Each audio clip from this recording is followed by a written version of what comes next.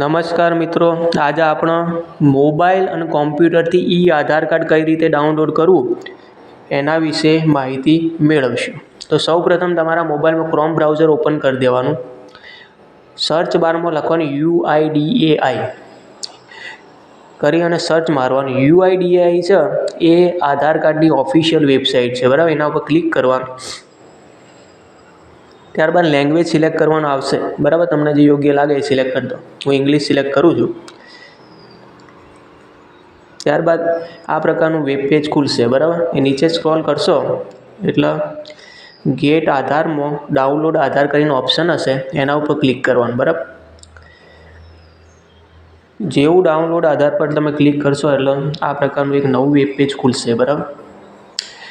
હવે તમે આમાં જોઈ શકો છો, તમે Aadhaar card, Aadhaar number, enrolment ID, virtual ID અને SID નંબર આનાથી ડાઉનલોડ કરી શકો છો, બરાબર. 4 નંબરથી તમે ડાઉનલોડ કરી શકો. આપણે આધાર કાર્ડ એ આધાર નંબરથી ડાઉનલોડ કરશું એટલે આધાર નંબર ઉપર ક્લિક કરી દેવાનું. ત્યારબાદ નીચે એન્ટર આધાર નંબર, ત્યાં તમારો આધાર કાર્ડ નંબર જે હોય એ એન્ટર કરી દેવાનો. એ એન્ટર થઈ ગયા પછી નીચે કેપ્ચા કોડ લખેલો હશે સામે, એ જોઈને લખી દેવાનો. એ લખ્યા પછી સેન્ડ OTP ઉપર ક્લિક કરી દેવાનું. જેવું સેન્ડ OTP પર ક્લિક કરશો એટલે તમારા આધાર કાર્ડમાં રજિસ્ટર્ડ જે મોબાઈલ નંબર હશે એના ઉપર OTP આવશે, બરાબર. એ OTP લઈ અને નીચે એન્ટર OTPનો ઓપ્શન હશે, બરાબર. એમાં OTP એન્ટર કરી દેવાનું.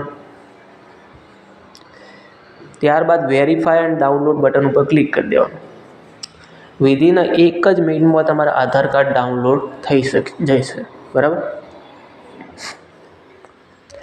ડાઉનલોડ થઈ ગયેલું આધાર કાર્ડ એ તમારે ઓપન કરી દેવાનું PDF.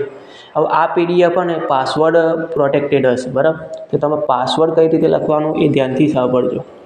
જો તમારા આધાર કાર્ડમાં નામ દેસાઈ ધ્રુવ ધનજીભાઈ છે, બરાબર, તો તમારા નામના શરૂઆતના 4 અક્ષર કેપિટલમાં લખવાના. ધારો કે DESA કેપિટલમાં પ્લસ તમારો જન્મનું જે વર્ષ હોય 1993, તો DESA 1993 એ તમારા PDFનો પાસવર્ડ થશે, બરાબર. એ પાસવર્ડ લખી દેવાનો.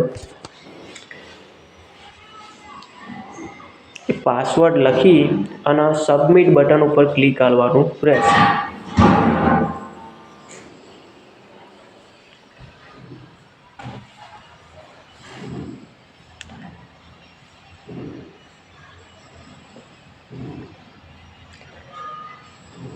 જેવું સબમિટ કરશો એવું તમારા આધાર કાર્ડ ખુલી જશે, બરાબર.